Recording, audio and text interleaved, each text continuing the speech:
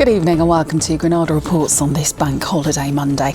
Well, we start tonight with the speculation that the Manchester band Oasis are about to reform and go back on tour. It follows cryptic suggestions on social media and at some music festivals of announcement tomorrow morning. Andrew Fletcher has our report this evening. A date and a time displayed at Liam Gallagher's Reading gig, hinting that rock's most anticipated reunion is on. Definitely. Maybe. It's obviously going to happen, isn't it? And everyone kind of knows exactly what it is. It would be a fantastically amusing disappointment if it's just like a new T-shirt had come out, wouldn't it? After all this. But it's obviously the show, isn't it? Fans expect tomorrow's announcement will be a string of massive gigs in London and Manchester, the first in 15 years for a band that have sold more than 75 million albums. It's a cool little thing that Noel said. You have to reform while you still look like you still got your hair, basically. You still look like the band. They still look like Oasis. They would definitely sound like Oasis. I think also because you're brothers, you know, so you don't get on with your brother, but you still love your brother, don't you? Oasis led the Brit pop era, but is this really the end of the road for the Gallaghers?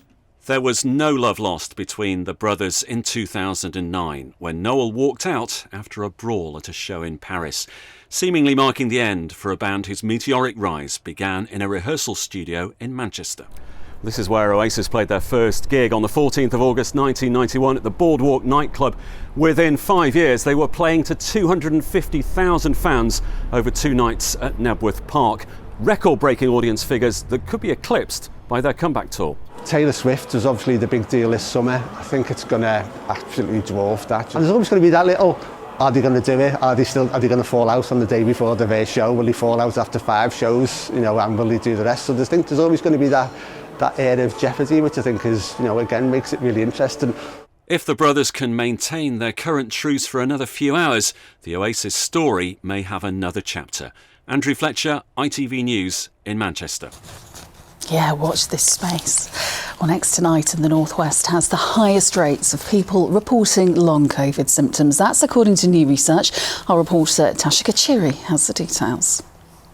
It's been 4 years since Paul Power first contracted COVID-19, a former police firearms officer from Liverpool.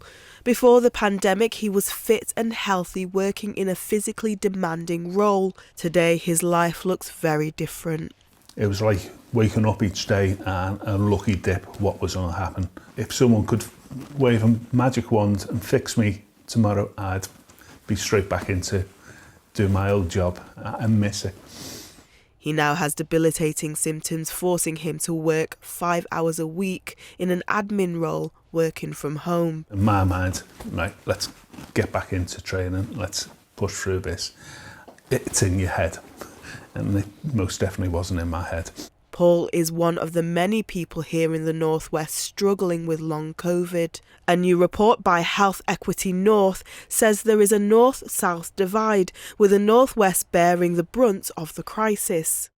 Our recommendation is that this clearly illustrates differences between the north and the south, and clear differences in areas of inequality and deprivation. You feel guilty for not doing anything, that they're not helping out around the house. They're not being in work.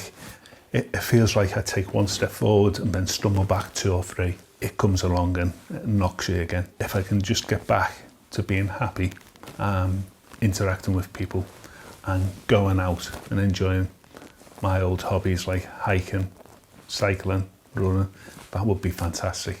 Tasha Kachiri, ITV News, Liverpool. Well, the government says it's committed to ensuring everybody has access to the care they need. On to some other news tonight, and tributes have been paid to the former Manchester City manager Sven-Göran Eriksson, who's died at the age of 76. Eriksson was in charge at City in the 2007-8 season. In January this year, he revealed he'd been diagnosed with pancreatic cancer. City have expressed their condolences to his family and say flags will fly at half-mast at the Etihad Stadium.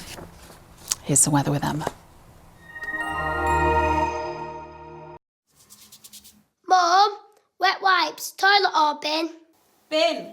Why? United Utilities sponsors ITV Granada weather.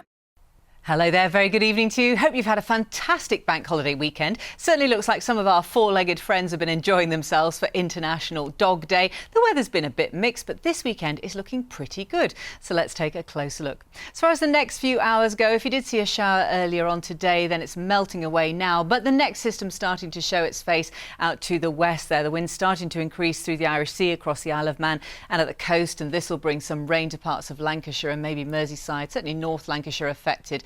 Drier further to the south there. As we head into tomorrow, sun's up about 12 minutes past 6, and this rain continues through parts of Merseyside and Cumbria, Lancashire, the Isle of Man, then spreads to all parts by the afternoon. Now we've got gusts of 50 miles an hour across the island there, blustery across the tops of the Pennines, a breezy old day tomorrow, but warm temperatures 20-21 Celsius, that's 70 Fahrenheit. That system loses its oomph into Tuesday evening. For Wednesday, still potentially quite showery but warm. The system clears eastwards later, and by Thursday we're in a fresher air mass, plenty of dry weather around, and pressure starts to build from Friday, so turning drier and warmer over the weekend. Bye-bye. Cleaned up well. United Utilities sponsors ITV Granada weather. Thanks very much indeed, Emma. And just before we go, it's a very happy birthday to the world's oldest living man, who is 112 years young today. John Tinniswood, who lives in Southport, was born in 1912, the same year the Titanic sank. He became the world's oldest living man in April and told the Guinness World Records the secret of his longevity is just good luck. We'll be back tomorrow in GMB. See you then. Good night.